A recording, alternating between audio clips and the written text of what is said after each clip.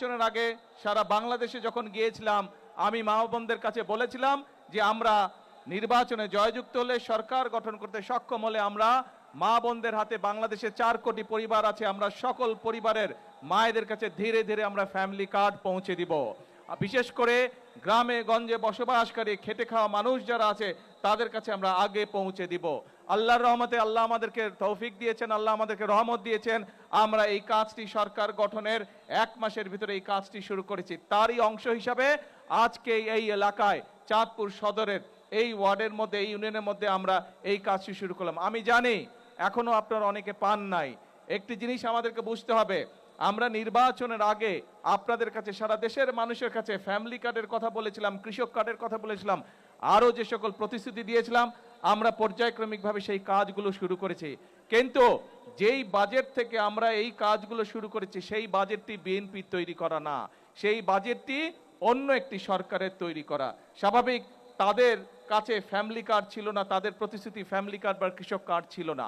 আমাদের প্রতিশ্রুতি হচ্ছে ফ্যামিলি কার্ড, কৃষক কার্ড বা এই ধরনের আরো যেগুলো আপনাদের সামনে আমার প্রতিশ্রুতি দিয়েছি।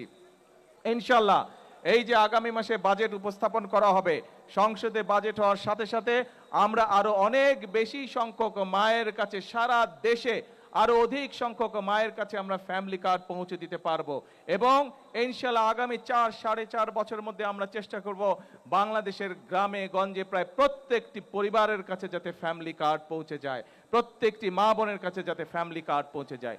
এই ফ্যামিলি কার্ডের একই সাথে, এই ফ্যামিলি কার্ড পেলে যেমন মায়েদের জন্য ভালো হবে, একইভাবে আপনাদের নিশ্চয়ই খেয়াল আছে দেশনেত্রী খালেদা জিয়া যখন দেশ পরিচালনা করেছিলেন, তখন তিনি এই যে এই বাংলাদেশের মেয়েদের শিক্ষা ব্যবস্থা ক্লাস 1 থেকে ক্লাস 12 পর্যন্ত ফ্রি করে দিয়েছিলেন, বিনামূল্যে করে দিয়েছেন। আমরা এই ফ্যামিলি কার্ডের পাশাপাশি আমরা মাদেরকে, আমাদের এই দেশের নারীদেরকে যেমন অর্থনৈতিকভাবে স্বাবলম্বী করতে পারি চাই, ঠিক একইভাবে আমরা চাই যে এই দেশের নারীরা একই সাথে শিক্ষার আরো যাতে সুযোগ পায়। সেই জন্য আমরা সিদ্ধান্ত গ্রহণ করেছি যে আমরা ডিগ্রি বা স্নাতক পর্যন্ত মেয়েদের শিক্ষা ব্যবস্থা অতি দ্রুত আমরা ফ্রি করে দেব, যাতে তারা মেয়েদের লেখাপড়া করতে কোনো রকম খরচ না হয়।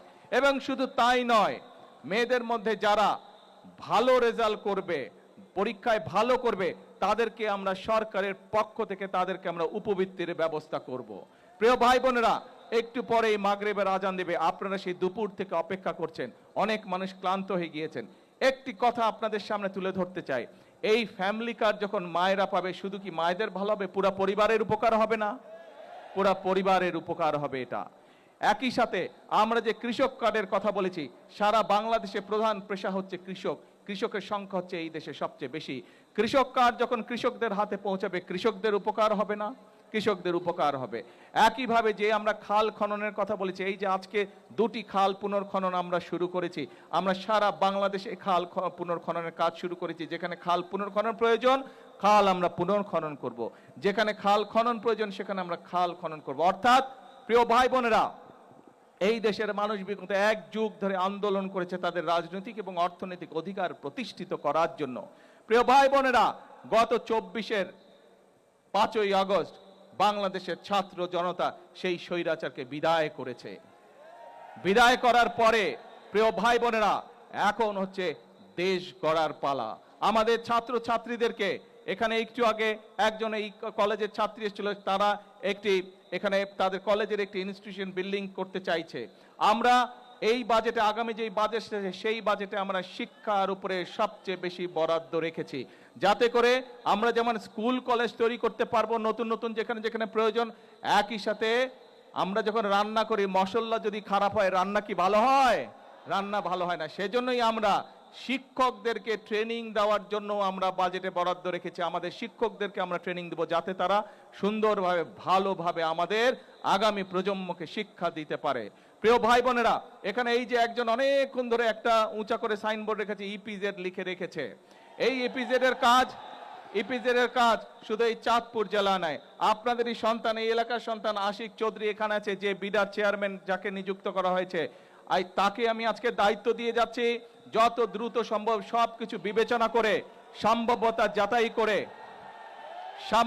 যাচাই করে এই ইপিজেড এর কাজ যদি বাস্তবসম্মত হয়, তাহলে এখানে আমরা ইনশাল্লাহ দ্রুত ইপিজেড করব, যাতে করে এই এলাকার সন্তানেরাই শুধু কর্মসংস্থানের ব্যবস্থা না হয়, যাতে করে এই এলাকায় আরো বেশি মানুষ অন্য অন্য এলাকা থেকে আসতে পারে বেকার যুবকরা কর্মসংস্থার জন্য। প্রিয় ভাই বোনেরা, কিছুক্ষণ আগে আমি ওইটা টেকনিক্যাল কলেজ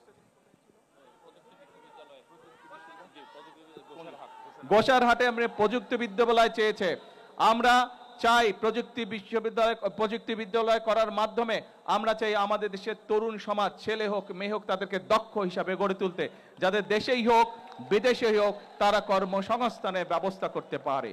প্রিয় ভাই বোনেরা, এই ফ্যামিলি কার্ডের কথাই বলুন, এই কৃষক কার্ডের কথাই বলুন, খাল কর্মসূচির কথাই বলুন, ইপিজেড এর কথাই বলুন, এই টেকনিক্যাল কলেজের কথাই বলুন, এই সকল যদি আমরা বাস্তবায়ন করতে পারি তাহলে ধীরে ধীরে এই দেশের মানুষের ভাগ্য পরিবর্তন করতে সম্ভব হবে।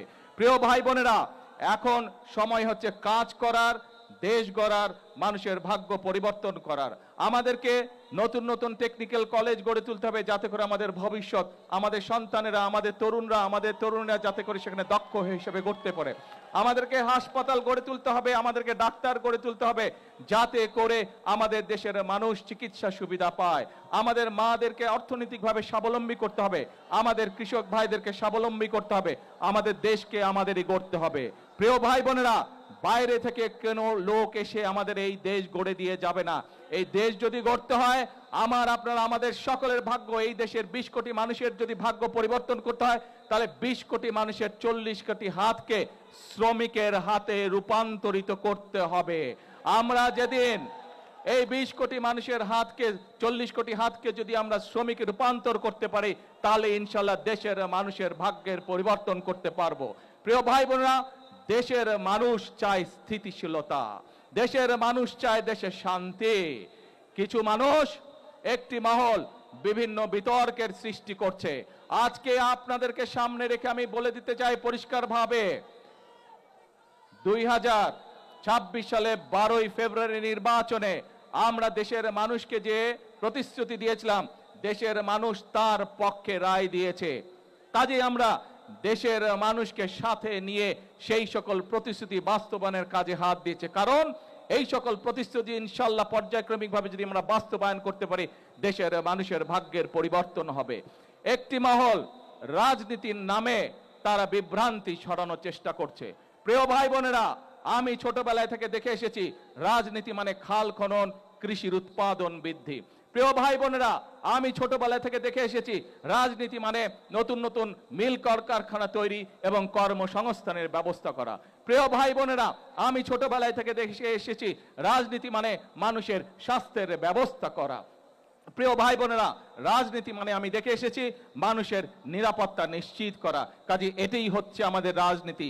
রাজনীতির নামে যদি কেউ বিভ্রান্ত সৃষ্টি করতে চায়, রাজনীতির নামে যদি কেউ অরাজকতা সৃষ্টি করতে চায়, প্রিয় ভাই বোনেরা, আপনারা কি বসে থাকবেন? আমরা কেউ বসে থাকবো না। কারণ বিএনপি যে সকল কর্মসূচি গ্রহণ করেছে, প্রত্যেকটি কর্মসূচি হচ্ছে এই দেশের খেটে খাওয়া মানুষের কর্মসূচি। সেজন্যই আমরা আন্দোলন করেছি। আন্দোলনে বাংলাদেশের মানুষ, লক্ষ লক্ষ হাজার লক্ষ মানুষ প্রাণ দিয়েছে, হতাহত হয়েছে।